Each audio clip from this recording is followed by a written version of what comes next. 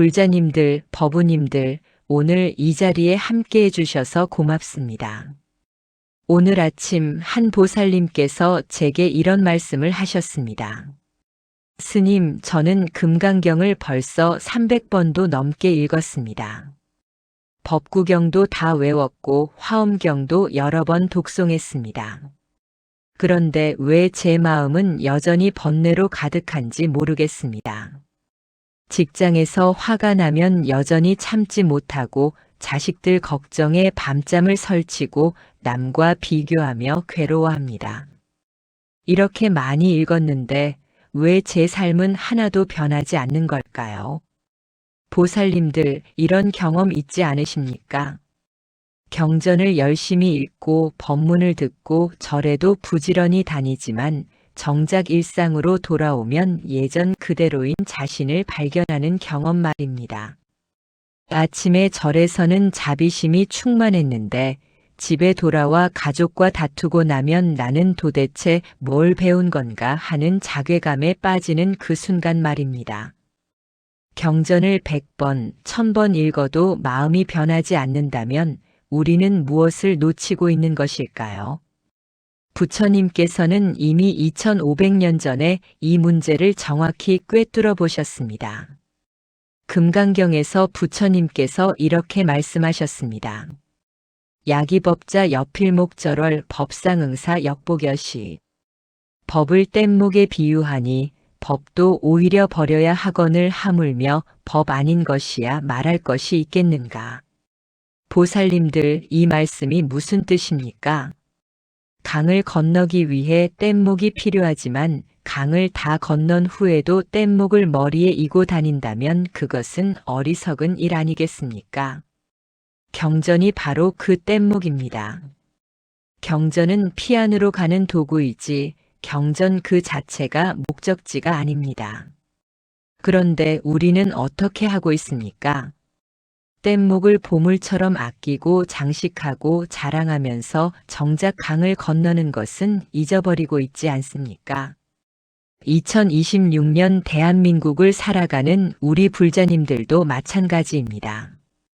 경전을 많이 읽는 것으로 공덕을 쌓았다고 생각하고 법문을 많이 들은 것으로 지혜를 얻었다고 착각하고 절에 자주 가는 것으로 수행을 다했다고 여깁니다. 하지만 부처님께서는 분명히 말씀하셨습니다. 지식으로 쌓은 것은 진정한 깨달음이 아니라고 말입니다. 머리로 아는 것과 온몸으로 체득하는 것은 완전히 다른 차원의 문제라고 말입니다. 오늘 이 시간 저는 불자님들과 함께 왜 경전을 1000번 읽어도 우리 마음이 변하지 않는지 그 근본적인 이유를 살펴보고자 합니다. 그리고 더 나아가 어떻게 해야 경전의 가르침이 우리 삶 속에서 살아 숨쉬는 지혜가 될 수 있는지 함께 모색해 보겠습니다.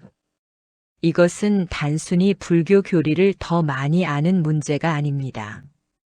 이것은 우리 인생이 진정으로 변화하느냐 마느냐의 문제입니다. 아침에 눈을 떴을 때 평화로운 마음으로 하루를 시작할 수 있느냐의 문제입니다. 힘든 상황에서도 흔들리지 않는 중심을 가질 수 있느냐의 문제입니다. 보살님들, 부처님의 가르침은 결코 이론이 아닙니다. 부처님께서 45년 동안 설하신 84,000 법문은 모두 중생의 고통을 실제로 해결하기 위한 것이었습니다. 만약 우리가 경전을 아무리 많이 읽어도 여전히 고통 속에 살고 있다면 그것은 경전의 문제가 아니라 우리가 경전을 대하는 방식의 문제입니다.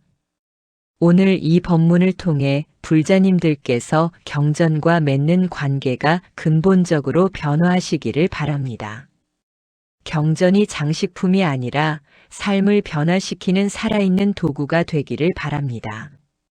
지금부터 4가지 핵심 이유를 함께 살펴보겠습니다. 첫 번째로 우리가 경전을 1000번 읽어도 변하지 않는 가장 큰 이유는 바로 머리로만 읽고 마음으로 읽지 않기 때문입니다. 보살님들, 여러분은 경전을 읽을 때 어떻게 읽으십니까? 눈으로 글자를 따라가며 빠르게 독송하지 않으십니까? 오늘은 금강경 한 부 독송하겠다.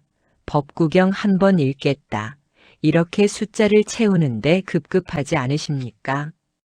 마치 학창시절 시험 공부하듯이 많이 읽으면 많이 읽을수록 좋은 것처럼 여기지 않으십니까?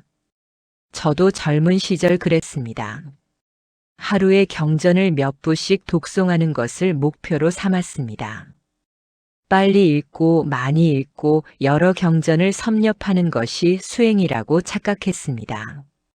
그러던 어느 날 은사 스님께서 제게 이렇게 물으셨습니다.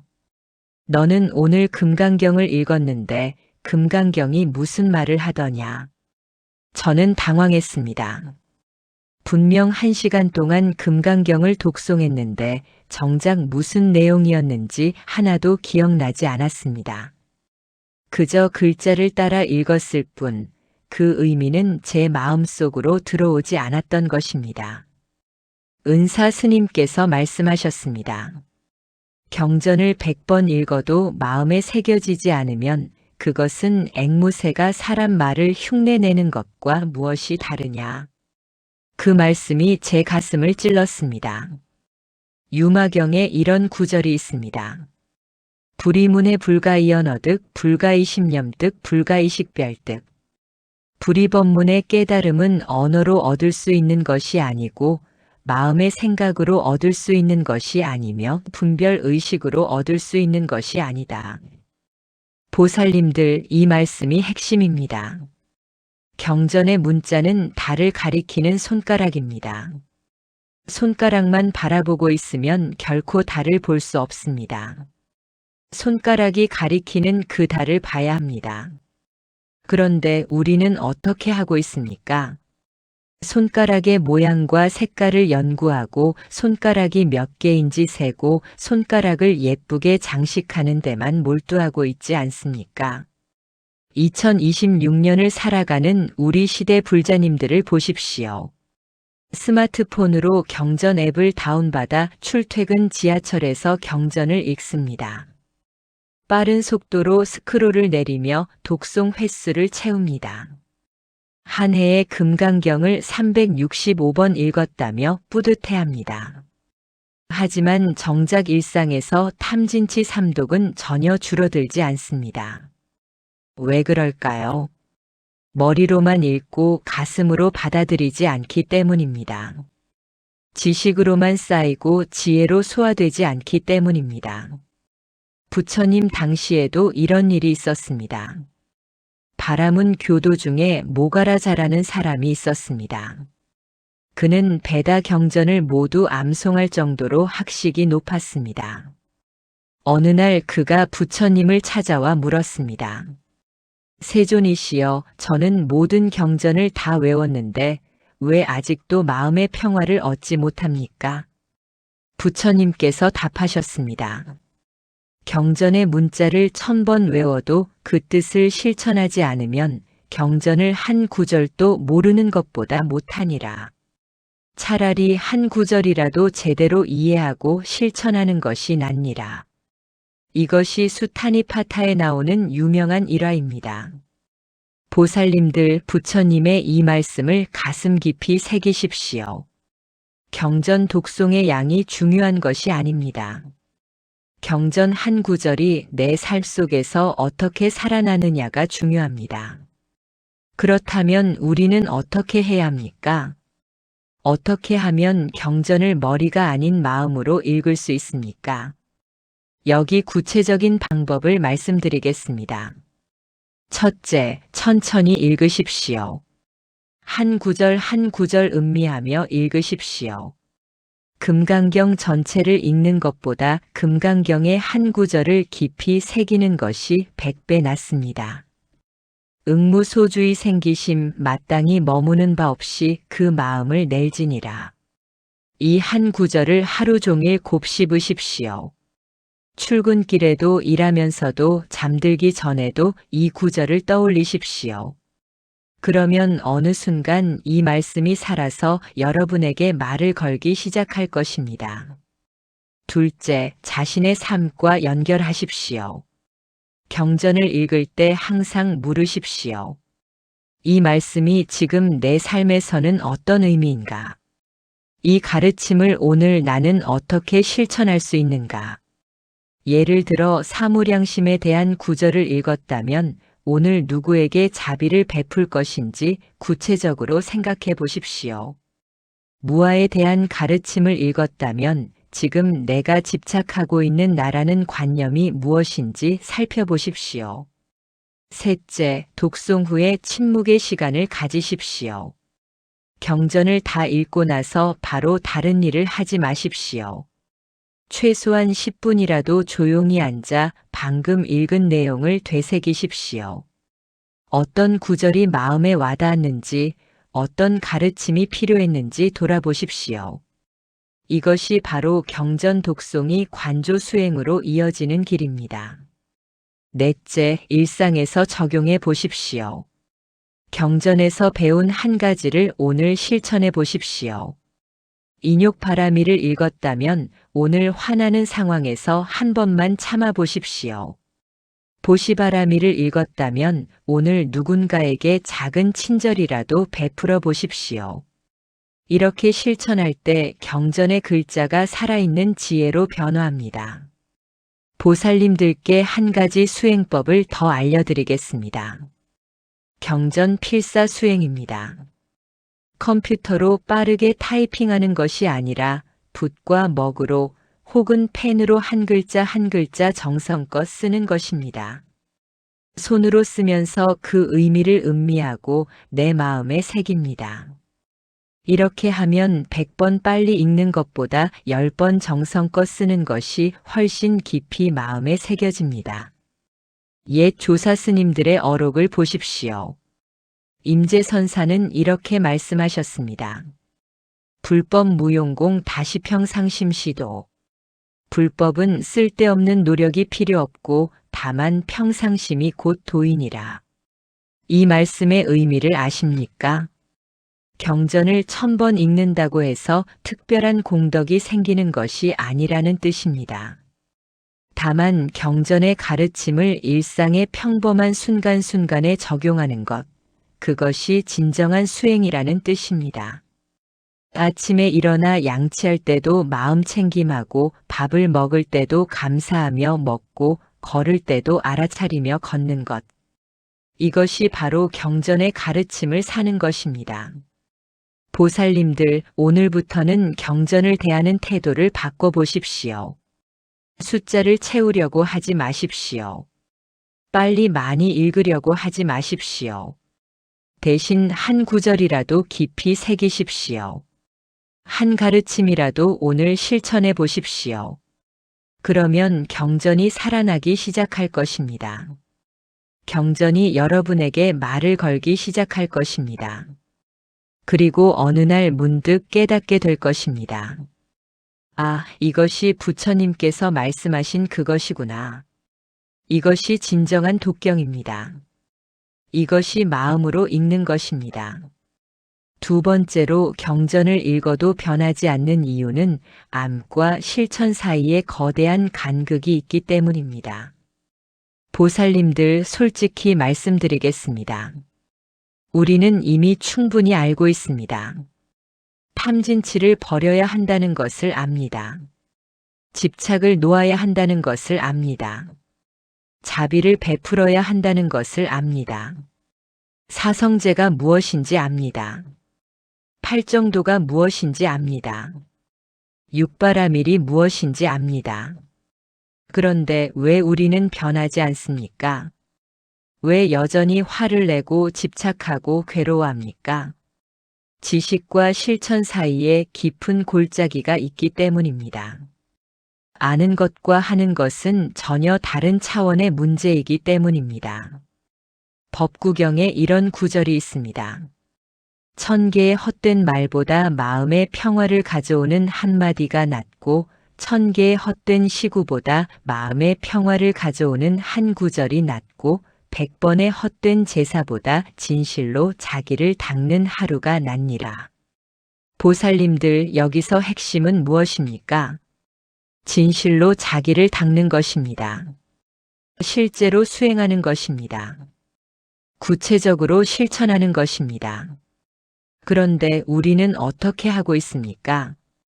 경전을 읽고 고개를 끄덕이며 맞아 하다가 경전을 덮는 순간 예전의 나로 돌아갑니다. 절에서는 자비로운 불자였다가 집에 오면 까칠한 부모가 되고 직장에서는 경쟁적인 직장인이 됩니다. 왜 이런 일이 벌어집니까? 알미 몸에 배지 않았기 때문입니다. 지식이 습관으로 전환되지 않았기 때문입니다. 이론이 체험으로 승화되지 않았기 때문입니다. 제가 아는 한 보살님 이야기를 들려드리겠습니다. 그 보살님은 10년 넘게 열심히 경전 공부를 하셨습니다. 불교 대학도 다니시고 여러 스님들의 법문도 들으셨습니다. 교리에 대해서는 웬만한 스님보다 더 잘 아셨습니다. 그런데 그 보살님의 가정은 늘 불화로 가득했습니다. 며느리와 사사건건 다투고 남편과 냉전 상태였고 자식들과도 갈등이 끊이지 않았습니다. 어느 날 그 보살님이 제게 오셔서 하소연하셨습니다. 스님, 저는 무아도 알고 연기법도 알고 자비가 중요하다는 것도 압니다. 그런데 왜 제 가정은 이렇게 불행합니까? 저는 이렇게 여쭤봤습니다. 보살님, 오늘 며느리와 다투셨을 때 무아를 생각하셨습니까? 화가 났을 때 호흡을 관찰하셨습니까? 자비를 실천하려고 노력하셨습니까? 보살님은 말문이 막히셨습니다. 그 순간에는 그런 것들이 전혀 떠오르지 않았다고 하셨습니다. 바로 이것입니다. 위기의 순간에, 격정의 순간에, 선택의 순간에 경전의 가르침이 발동하지 않는다면 그것은 진정한 알미 아닙니다. 조주선사의 유명한 일화가 있습니다. 한 스님이 조주선사에게 물었습니다. 개에게도 불성이 있습니까? 조주선사가 답했습니다. 없다는 뜻입니다. 그런데 이것은 단순히 개에게 불성이 없다는 의미가 아닙니다. 개념적으로 불성을 아는 것은 진정한 알미 아니라는 뜻입니다. 불성을 말로 설명할 수 있다고 해서 불성을 깨달은 것이 아니라는 뜻입니다. 무라고 답함으로써 모든 개념적 이해를 타파하고 직접 체험하라고 가르치신 것입니다. 보살님들, 불교는 철학이 아닙니다. 불교는 종교학이 아닙니다. 불교는 실천 수행의 길입니다. 부처님께서 45년 동안 설법하신 모든 가르침은 단 하나의 목적을 위한 것이었습니다. 고통에서 벗어나는 것, 열반을 증득하는 것, 진정한 자유를 얻는 것. 이것은 책상 앞에서 경전을 읽는다고 얻어지는 것이 아닙니다. 실제 삶 속에서 매 순간 깨어있고 알아차리고 선택하고 실천할 때 얻어지는 것입니다. 2026년 우리 시대의 문제가 무엇입니까? 정보는 넘쳐나는데 지혜는 부족합니다. 아는 것은 많은데 실천하는 것은 적습니다. 유튜브로 수많은 법문을 듣고 책으로 불교 교리를 공부하지만 정작 명상 방석에 앉는 시간은 없습니다. 자비에 대해 토론하지만 정작 옆 사람에게 친절한 말 한마디 건네지 못합니다. 이것이 현대 불자들의 아이러니입니다. 그렇다면 어떻게 해야 합니까? 어떻게 하면 알물 실천으로 바꿀 수 있습니까? 구체적인 방법을 말씀드리겠습니다. 첫째, 작은 것부터 시작하십시오. 거창한 수행을 하려고 하지 마십시오. 오늘 한 가지만 실천해 보십시오. 아침에 일어나서 삼귀의를 하십시오.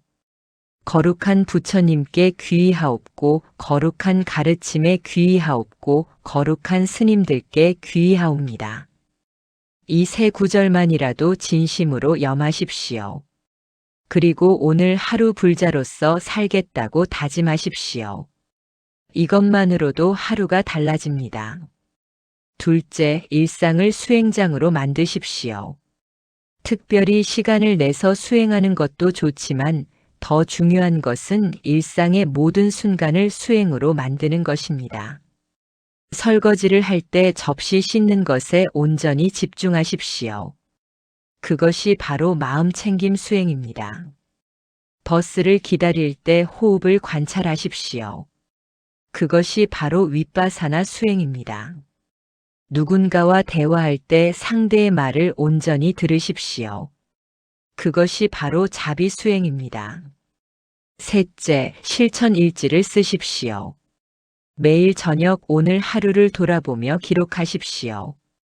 오늘 나는 어떤 순간에 화를 냈는가? 그때 나는 어떻게 대응했는가? 경전의 가르침을 떠올렸는가? 내일은 어떻게 하면 더 나은 선택을 할 수 있을까? 이렇게 반성하고 기록하는 것 자체가 강력한 수행입니다. 넷째, 한 가지 수행법에 집중하십시오. 이것저것 다 하려고 하지 마십시오. 호흡 관찰이든 자비 명상이든 염불이든 한 가지를 정해서 100일 동안 매일 실천하십시오. 100일이 지나면 그것이 습관이 됩니다. 습관이 되면 자연스럽게 몸에 배게 됩니다. 다섯째, 상가의 힘을 빌리십시오. 혼자서는 실천하기 어렵습니다. 같은 뜻을 가진 버부들과 함께 정진하십시오. 함께 참선하고 함께 독경하고 함께 나누십시오. 상가의 힘이 여러분의 수행을 지탱해 줄 것입니다. 대반열반경에 부처님의 마지막 가르침이 나옵니다. 자등명 법등명. 자기를 등불로 삼고 진리를 등불로 삼으라. 다른 것에 의지하지 말라. 보살님들, 이 말씀의 의미를 아십니까? 경전을 아무리 많이 읽어도 법문을 아무리 많이 들어도 결국 자기가 직접 실천하지 않으면 소용없다는 뜻입니다. 부처님도 여러분을 대신해서 수행해 줄 수 없습니다. 스님도 여러분을 대신해서 깨달음을 얻어줄 수 없습니다. 오직 여러분 자신이 자기 발로 그 길을 걸어가야 합니다. 한 걸음 한 걸음 직접 걸어가야 합니다. 하지만 두려워하지 마십시오. 완벽하게 하려고 애쓰지 마십시오. 넘어지면 다시 일어나면 됩니다. 실수하면 다시 시작하면 됩니다. 중요한 것은 포기하지 않는 것입니다. 매일 조금씩이라도 전진하는 것입니다. 보살님들, 오늘부터 한 가지만 실천해 보십시오. 단 한 가지만이라도 꾸준히 실천하십시오. 그러면 1년 후, 10년 후 여러분의 삶이 완전히 달라져 있을 것입니다. 경전의 글자가 여러분의 피와 살이 되어 있을 것입니다. 그때 비로소 알게 될 것입니다. 진정한 배움은 실천이라는 것을, 진정한 깨달음은 체험이라는 것을. 세 번째로, 경전을 읽어도 변하지 않는 이유는 문자에 집착하고 본질을 보지 못하기 때문입니다. 보살님들, 여러분은 경전을 읽을 때 무엇을 보십니까? 글자를 보십니까? 아니면 글자 너머의 진리를 보십니까? 단어를 보십니까? 아니면 단어가 가리키는 실상을 보십니까? 이것이 매우 중요한 질문입니다. 왜냐하면 대부분의 사람들이 문자에 갇혀서 본질을 놓치기 때문입니다. 능가경에 이런 말씀이 있습니다. 불설일체법 위도제중생 양무일체심 하용일체법. 부처님께서 온갖 법을 설하신 것은 일체 중생을 제도하기 위함이니 만약 일체의 마음이 없다면 무엇하러 온갖 법을 쓰겠는가? 보살님들, 이 말씀이 무엇을 의미합니까? 부처님께서 경전을 남기신 목적은 중생의 마음을 깨우치기 위함이지 문자를 공부하라고 하신 것이 아니라는 뜻입니다. 경전은 목적이 아니라 수단입니다. 그런데 우리는 어떻게 하고 있습니까? 수단을 목적으로 착각하고 있지 않습니까? 경전 해석에 몰두하고 교리 논쟁에 빠지고 어떤 경전이 더 우월한지 따지고 있지 않습니까? 이것은 마치 식당 메뉴판만 읽고 배부르다고 착각하는 것과 같습니다. 메뉴판이 아무리 훌륭해도 실제로 음식을 먹지 않으면 배고픔은 해결되지 않습니다. 마찬가지로 경전이 아무리 심오해도 실제로 그 가르침을 체득하지 않으면 고통은 해결되지 않습니다. 중국 선종의 육조 해능대사 이야기를 해드리겠습니다. 해능대사는 글을 몰랐습니다. 문맹이었습니다. 그런데 어느 날 금강경의 한 구절을 듣고 깨달음을 얻었습니다. 응무소주의 생기심.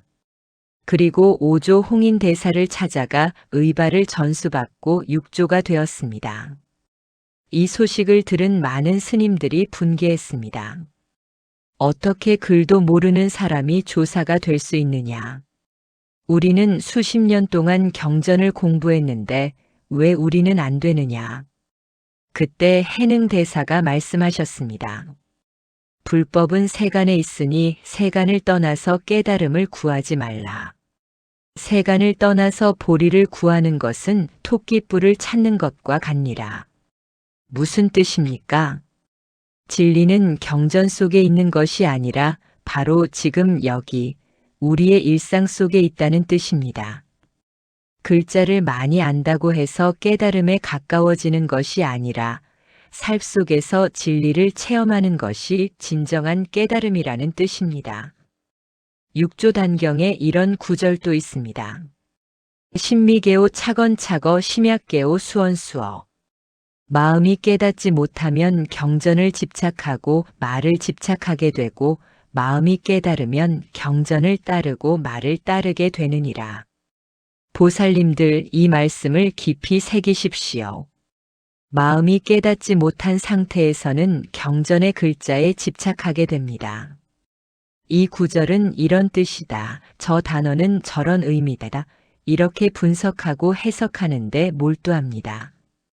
하지만 마음이 깨달은 후에는 경전이 자연스럽게 이해됩니다. 글자가 아니라 그 본질이 보이기 시작합니다. 2026년 현대 불자들의 큰 문제가 바로 이것입니다.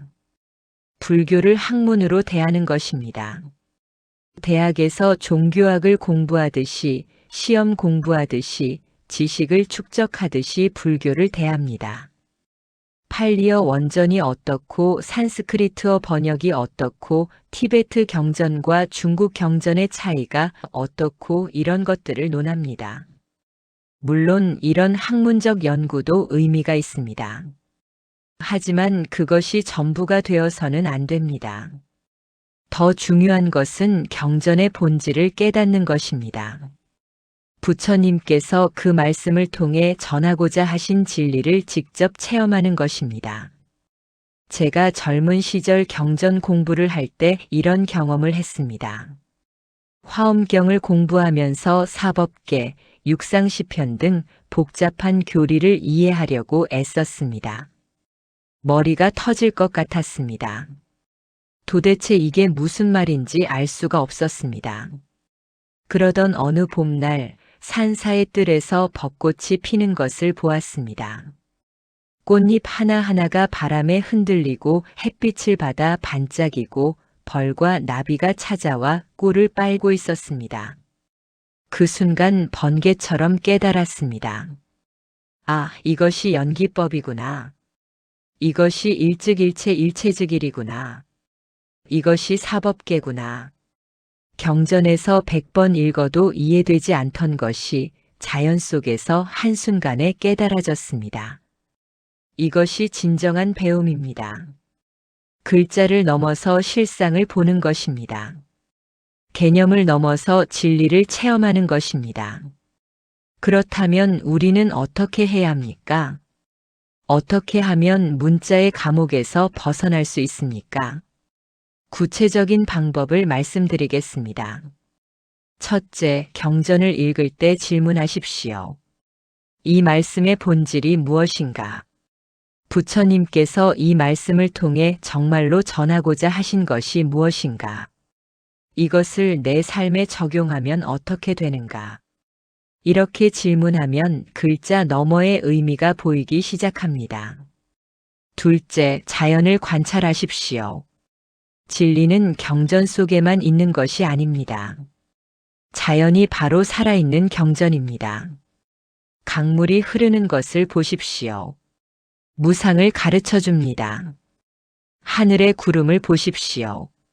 무아를 가르쳐 줍니다. 꽃이 피고 지는 것을 보십시오. 연기법을 가르쳐 줍니다. 자연이야말로 가장 위대한 스승입니다. 셋째, 침묵 속에서 듣는 법을 배우십시오. 말이 너무 많으면 본질을 놓칩니다. 생각이 너무 많으면 진리를 놓칩니다. 가끔은 경전을 내려놓고 조용히 앉아 침묵 속에 머무르십시오. 그 고요함 속에서 진리가 저절로 드러납니다. 넷째, 선문답을 공부하십시오. 선어록은 논리를 뛰어넘는 깨달음의 언어입니다. 마조도일 선사에게 한 스님이 물었습니다. 어떤 것이 부처입니까? 마조 선사가 답했습니다. 즉심시불, 바로 이 마음이 부처니라. 다른 날 또 다른 스님이 같은 질문을 했습니다. 어떤 것이 부처입니까? 마조 선사가 답했습니다. 비심비불, 마음도 아니고 부처도 아니니라. 모순되는 것처럼 보이지만 이것이 선의 언어입니다. 개념에 집착하지 말고 직접 보라는 가르침입니다. 다섯째, 일상의 작은 순간에서 진리를 발견하십시오. 차 한 잔을 마실 때 그 순간에 온전히 집중하십시오. 차의 향, 맛, 온도, 입안의 감각. 그 순간이 바로 진리입니다. 밥 한 술을 먹을 때 그 음식이 어디서 왔는지 생각해 보십시오. 농부의 땀, 햇빛, 비, 흙, 우주의 모든 인연이 담겨 있습니다. 이것이 바로 연기법입니다. 보살님들, 임재선사의 어록에 이런 말씀이 있습니다. 불법 무다자 다뇨 평상심. 불법에 많은 것이 필요 없고 다만 평상심만 있으면 된다. 무엇이 평상심입니까? 배고프면 밥 먹고 피곤하면 자는 것입니다. 하지만 그것을 온전히 하는 것입니다. 밥 먹을 때는 밥 먹는 것에만 집중하고 잘 때는 자는 것에만 집중하는 것입니다. 이것이 진정한 수행입니다. 이것이 경전의 본질입니다. 보살님들, 오늘부터 경전을 대할 때 글자를 보지 말고 본질을 보십시오. 개념을 공부하지 말고 진리를 체험하십시오. 머리로 이해하려고 하지 말고 온몸으로 느끼십시오. 그러면 어느 날 문득 모든 경전이 같은 것을 말하고 있다는 것을 깨닫게 될 것입니다. 금강경도, 법화경도, 화엄경도, 아함경도 모두 같은 진리를 가리키고 있다는 것을 알게 될 것입니다. 그때 비로소 경전이 여러분의 것이 됩니다. 그때 비로소 진정한 배움이 시작됩니다. 네 번째로, 경전을 읽어도 변하지 않는 가장 깊은 이유는 자기 변화에 대한 진정한 의지가 없기 때문입니다. 보살님들, 이제 가장 근본적인 문제를 짚어보겠습니다. 솔직히 물어보겠습니다. 우리는 정말로 변하고 싶어 합니까? 진심으로 깨달음을 원합니까? 아니면 그저 불안함을 달래고 싶어 합니까? 마음의 평화를 얻고 싶다고 말하지만 정작 마음을 들여다보는 것은 두려워하지 않습니까? 변화를 원한다고 하지만 익숙한 것을 놓는 것은 싫어하지 않습니까? 이것이 핵심입니다. 경전을 아무리 많이 읽어도 변하지 않는 진짜 이유는 변하고 싶지 않기 때문입니다. 정확히 말하면 변화의 고통을 감수하고 싶지 않기 때문입니다. 대반열반경에 부처님께서 이렇게 말씀하셨습니다. 일체 중생 신류불성 번뇌부복 이부득견.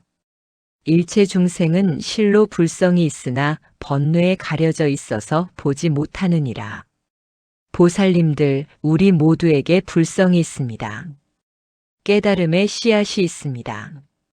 그런데 왜 우리는 그것을 보지 못합니까? 번뇌가 가리고 있기 때문입니다. 탐진치 삼독이 우리를 눈멀게 하기 때문입니다.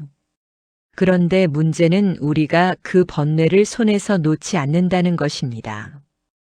입으로는 번뇌를 버려야 한다고 말하지만 손은 번뇌를 꽉 쥐고 있습니다. 왜 그럴까요? 번뇌가 익숙하기 때문입니다. 번뇌가 나를 정의해 주기 때문입니다. 번뇌 없는 나를 상상할 수 없기 때문입니다. 제가 한 버부의 이야기를 들려드리겠습니다. 그 버부는 10년 넘게 분노 조절 문제로 고통받았습니다. 작은 일에도 화를 내고 폭발하고 후회하고 다시 화를 내는 악순환이 반복되었습니다. 그래서 화에 관한 경전을 찾아 읽었습니다. 법구경, 증이라 함경, 여러 선어로까지 공부했습니다. 화를 다스리는 법문을 수없이 들었습니다. 그런데 변하지 않았습니다. 어느 날 그 버부가 제게 물었습니다.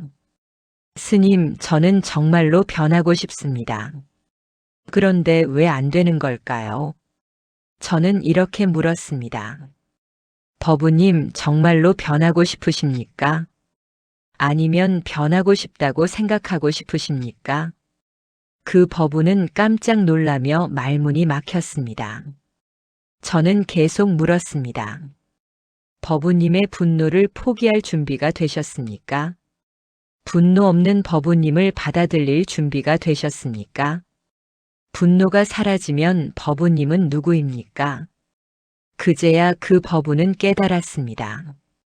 자신이 무의식적으로 분노에 집착하고 있었다는 것을, 분노가 자신을 특별하게 만들어준다고 착각하고 있었다는 것을, 분노를 정당화하고 합리화하면서 진정한 변화는 회피하고 있었다는 것을. 보살님들, 이것이 우리 모두의 이야기입니다. 우리는 변화를 원한다고 말하지만 실제로는 변화를 두려워합니다.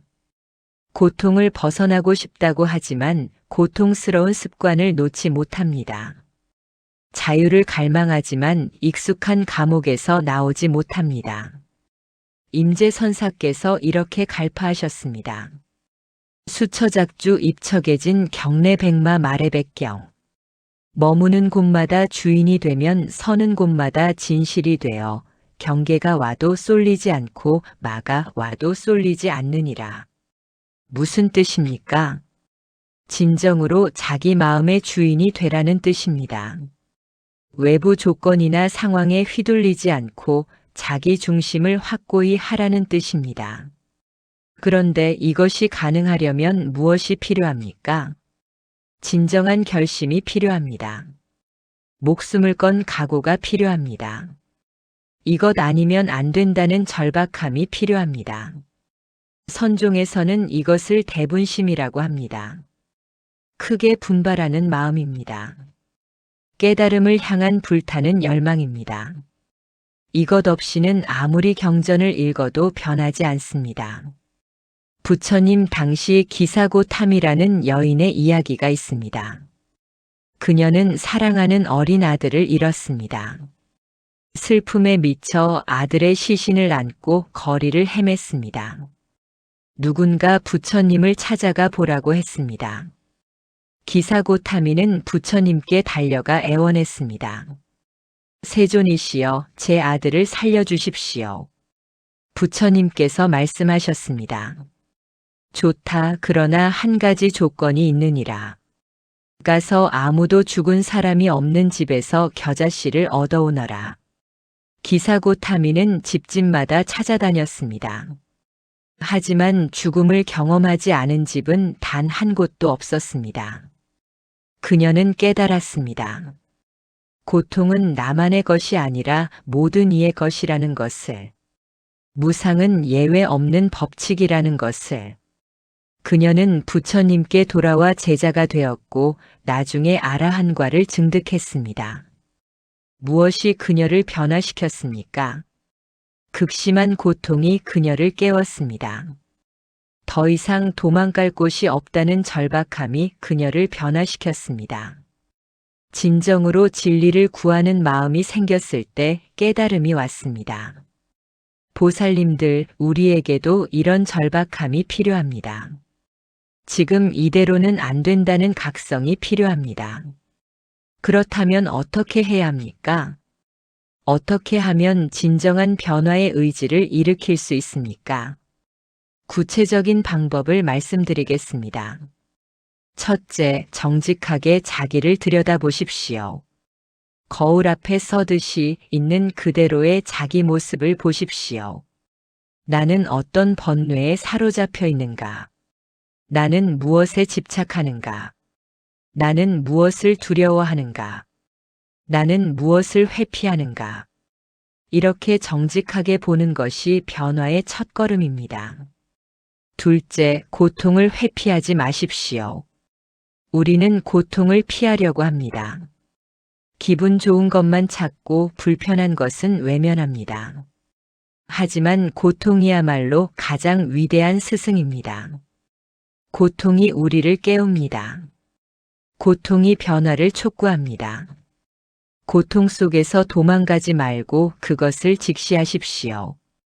이 고통이 나에게 무엇을 가르쳐 주려는가 물으십시오. 셋째, 작은 변화부터 시작하십시오. 한 번에 완전히 변하려고 하지 마십시오. 오늘 하루만 한 가지만 다르게 해보십시오. 평소 같으면 화낼 상황에서 한 번만 참아보십시오. 그것만으로도 위대한 변화입니다. 작은 성공이 쌓이면 큰 변화가 됩니다. 넷째, 결심을 구체화하십시오. 막연하게 변하고 싶다고 하지 마십시오. 구체적으로 무엇을 어떻게 변화시킬 것인지 정하십시오. 석 달 동안 매일 아침 30분 명상하겠다. 한 달 동안 하루에 한 번은 꼭 자비 명상을 하겠다. 일주일 동안 화내지 않겠다. 이렇게 구체적으로 정하고 실천하십시오. 다섯째, 선지식을 가까이 하십시오. 혼자서는 변하기 어렵습니다. 깨달은 스승, 선배 수행자 같은 길을 가는 버부들을 가까이 하십시오. 그들의 모습이 여러분에게 영감을 줄 것입니다. 그들의 격려가 여러분을 지탱해 줄 것입니다. 여섯째, 매일 발언하십시오. 아침에 눈을 뜰 때 이렇게 발언하십시오. 오늘 하루는 어제와 다르게 살겠습니다. 오늘 하루는 깨어 있겠습니다. 오늘 하루는 자비롭겠습니다. 이런 발언이 하루를 바꾸고 하루가 모여 인생을 바꿉니다. 일곱째, 참회하고 다시 시작하십시오. 실패하면 어떻습니까? 다시 일어나면 됩니다. 매일 저녁 자기를 돌아보고 잘못된 것은 참회하고 내일은 더 잘하겠다고 다짐하십시오. 참회는 과거를 후회하는 것이 아니라 미래를 새롭게 시작하는 것입니다. 보살님들 유마경에 이런 말씀이 있습니다. 심정즉 불토정, 신부정즉 불토부정. 마음이 깨끗하면 불국토가 깨끗하고 마음이 깨끗하지 않으면 불국토가 깨끗하지 않느니라. 무슨 뜻입니까? 변화는 밖에서 오는 것이 아니라 안에서 시작된다는 뜻입니다. 환경을 바꾼다고, 경전을 많이 읽는다고, 절에 자주 간다고 변화가 일어나는 것이 아닙니다. 내 마음이 변할 때 내 세상이 변합니다. 내가 깨어날 때 내 인생이 깨어납니다. 보살님들 지금 이 순간 결심하십시오. 더 이상 미루지 마십시오. 내일부터가 아니라 바로 지금부터 시작하십시오. 경전을 한 권 더 읽기 전에 지금 이미 아는 것 한 가지를 실천하십시오. 새로운 법문을 듣기 전에 이미 들은 가르침 하나를 삶으로 옮기십시오. 진정한 변화는 거창한 깨달음에서 오는 것이 아닙니다. 진정한 변화는 작고 소박한 실천에서 옵니다. 오늘 한 번 참는 것, 오늘 한 번 자비를 베푸는 것, 오늘 한 번 알아차리는 것. 이것이 쌓이고 쌓여 어느 날 완전한 변화가 일어납니다. 조주선사께서 말씀하셨습니다. 평상심 시도. 평상심이 곧 도라고 하셨습니다. 특별한 것이 필요 없습니다. 다만 매 순간 깨어있고 매 순간 선택하고 매 순간 실천하는 것. 이것이 수행입니다. 이것이 변화입니다. 이것이 해탈의 길입니다. 보살님들, 오늘 이 시간을 마무리하며 지금까지 말씀드린 4가지를 다시 한번 돌아보겠습니다. 첫째, 경전을 1000번 읽어도 소용없는 이유는 머리로만 읽고 마음으로 읽지 않기 때문입니다. 앵무새처럼 문자를 반복하지 말고 한 구절 한 구절을 살 속에서 음미하십시오. 둘째, 암과 실천 사이에 거대한 간극이 있기 때문입니다. 아는 것으로 만족하지 말고 작은 것이라도 매일 실천하십시오. 지식을 습관으로, 이론을 체험으로 바꾸십시오. 셋째, 문자에 집착하고 본질을 보지 못하기 때문입니다. 글자를 보지 말고 진리를 보십시오. 개념을 넘어서 직접 체험하십시오. 자연과 일상 속에서 부처님의 가르침을 발견하십시오. 넷째, 자기 변화에 대한 진정한 의지가 없기 때문입니다. 변하고 싶다고 말만 하지 말고 진정으로 변화를 각오하십시오. 작은 실패에 좌절하지 말고 매일 다시 시작하는 용기를 내십시오. 보살님들, 부처님께서 열반에 드시기 전 마지막으로 하신 말씀을 기억하십니까? 바이사라바 야담 바사마 파마다야 살바 삼스카라 아니짜. 게으르지 말고 부지런히 정진하라. 모든 것은 무상하니라. 이것이 부처님의 유언이었습니다. 경전을 많이 읽으라고 하지 않으셨습니다. 법문을 많이 들으라고 하지 않으셨습니다. 부지런히 정진하라고 하셨습니다. 실천하라고 하셨습니다. 깨어있으라고 하셨습니다. 보살님들, 오늘 이 법문이 여러분의 가슴에 닿기를 바랍니다. 오늘 이 시간이 여러분 삶의 전환점이 되기를 바랍니다. 더 이상 경전을 장식품으로 모셔두지 마십시오. 더 이상 법문을 귀로만 듣지 마십시오. 경전을 살아있는 지혜로 만드십시오. 가르침을 삶으로 증명하십시오. 여러분 한 분 한 분이 걸어 다니는 경전이 되십시오. 여러분의 삶 자체가 부처님의 가르침이 되십시오. 오늘부터 변화하십시오. 지금 이 순간부터 시작하십시오. 한 걸음 한 걸음 깨달음의 길을 걸어가십시오. 부처님께서 여러분과 함께 하실 것입니다. 역대 조사 스님들께서 여러분을 지켜보고 계실 것입니다. 온 우주가 여러분의 수행을 응원하고 있습니다. 두려워하지 마십시오.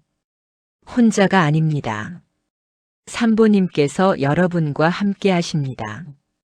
이 법문이 여러분의 수행에 작은 보탬이 되기를 바라며 오늘 이 자리에 함께 해주신 모든 불자님들께 깊이 감사드립니다. 이 공덕이 모든 중생에게 회양되어 모두가 번뇌에서 벗어나 진정한 자유를 얻기를 발언합니다. 모든 중생이 고통에서 벗어나기를, 모든 중생이 행복하기를, 모든 중생이 깨달음을 얻기를. 나무 석가모니불, 나무 아미타불, 나무 관세음보살. 불자님들, 오늘도 고맙습니다. 항상 건강하시고 평안하십시오. 이 영상이 도움이 되셨다면 좋아요를 눌러주시고 댓글로 여러분의 수행 이야기를 나눠주십시오.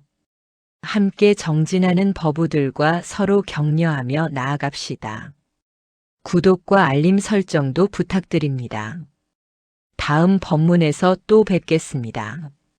지금 이 순간 깨어 계십시오.